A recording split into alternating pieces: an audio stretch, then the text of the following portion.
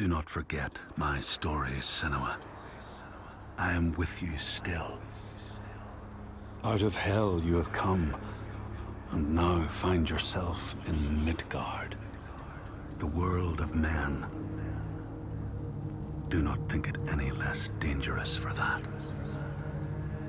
Your path has taken you far from home, across the boundless sea, and you must go on to the heart of this place, to the heart of man.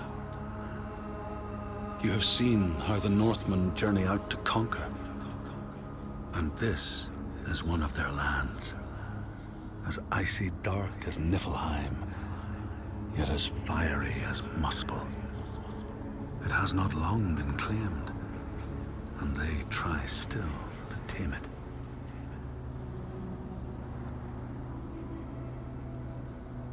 The Skald's verse speaks of a man called Grettir the Strong. A strange and bloody life he led. And it happened in this land you have come to. Listen to his story, Senua, for it may in some small way illuminate your own.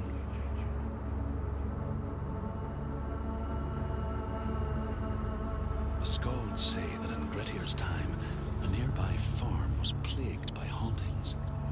A shepherd called Glamour was killed by some evil force, found dead in the snow, bloated and black. His body could not be taken to burial, because he was held fast to the ground. So it was left. 3 days after his death, the body was missing.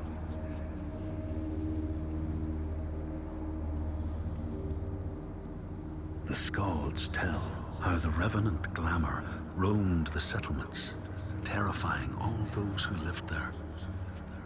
Each one he killed, in turn, rose to walk beside him.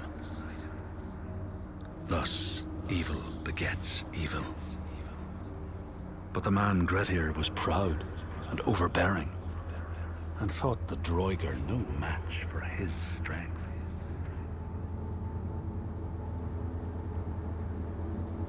The Skalds say that Grettir fought and killed the Droiger Glamour, but not before Glamour had cursed him. His strength would be turned against him, his deeds bring death and exile, and he would be always before Grettir's eyes, making him afraid to be alone. He saw all sorts of phantoms wherever he looked, and thus people who see things that aren't there are said to have Glamour's eyes.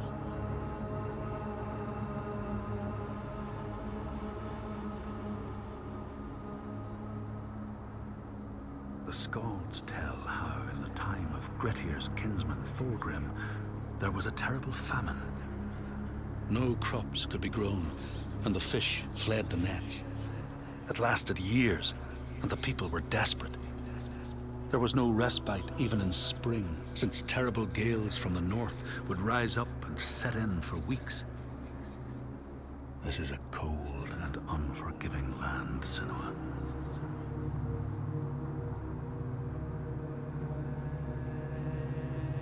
In the time of famine, at the place known as Rifskar, Thorgrim found a huge finback whale, beached and dead. His neighbor, Thorfinn, had already found it and was in the process of flensing it. But Thorgrim claimed it as his own. Thorfinn said he would not give it up without a fight. If that's what you want, Thorgrim said, let it be so. And he launched a blow at Thorfinn, cutting off his head in one strike.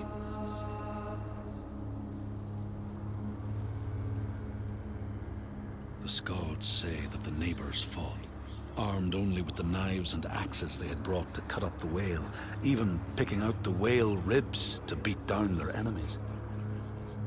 Thorgrim's men had loaded their boats with whale meat, but as they went to leave, one of their opponents struck Thorgrim's brother a fatal blow. And this is how hunger fates desperate men to come to blows, striking out against one another to survive.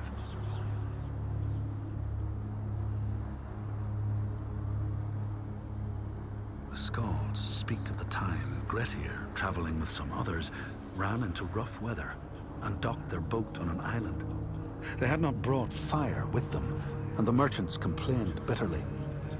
Seeing a great fire blazing on the other side of the strait, Grettir said he would swim over to fetch it. He took off his clothes and struck out across the water, wearing nothing but a cloak.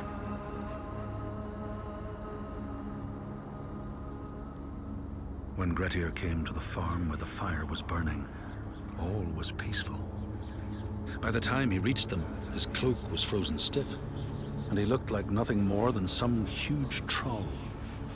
The frightened farmhands struck out at him with the first things to hand, the burning logs from the fire. Grettir fought them off and got the fire he sought. But the sparks from the logs spread fire all over the house, and nobody survived the blaze.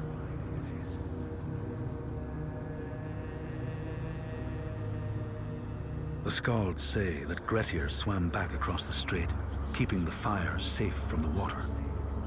His friends applauded Grettir's bravery, but when word spread about the massacre at the farm, people took against Grettir.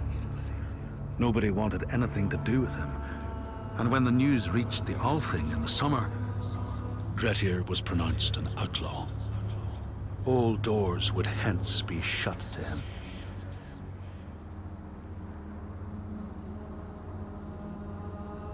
The Skalds speak of how Grettir, now an outlaw, took rest on the island of Haramsoy with a man called Audun. Grettir saw a great yellow glow like a fire rising from the ground. Audun told him it was coming from the burial mound of Kar the Old, who ever since he died had haunted the island, and warned him to stay away.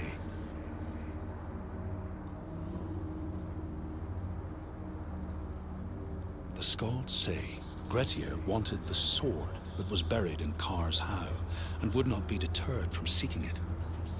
He broke the mound open and started digging until he reached the timber props. By this time it was night. Audun warned him again not to continue, but Grettir threw down a rope and went inside the mound. No light penetrated it, and it reeked of death. But he persisted in exploring.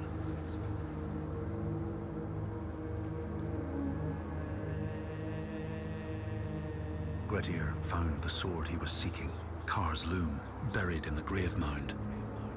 He went to leave, but before he could reach the rope, something grabbed him from behind, and Grettir realized the mound dweller would not let his treasure go. The two fought ferociously until Grettir got the advantage and chopped off the revenant's head. But Kar's loom would prove his undoing, fated to be the sword that killed him.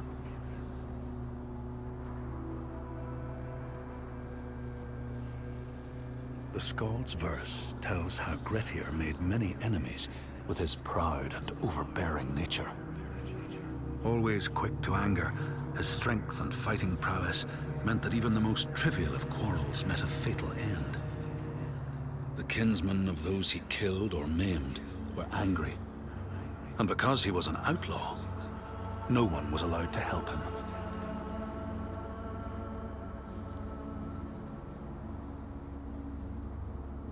The outlaw Grettir fled to the island of Drangi. His enemies knew he was there, but he was still so strong and fierce, nobody could shift him. Thorbjorn, first among his foe, sent his foster mother to see Grettir. She was a Seithkona and very wily. She enchanted a tree branch and sent it to wash up on Drangi. Grettir tried to cut it up for firewood, but his axe flew back and struck him in the leg. The wound blackened and festered, and Grettir feared his time was close.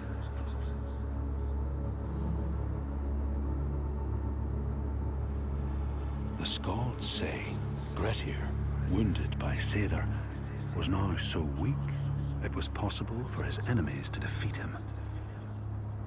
Under cover of night, Thorbjorn and his men attacked his shelter. They tried to disarm him, But he clung so firmly to his sword, Kar's loom, that they had to cut off his arm to get it free. Then they used his sword to cut off his head, and the land's mightiest outlaw was dead.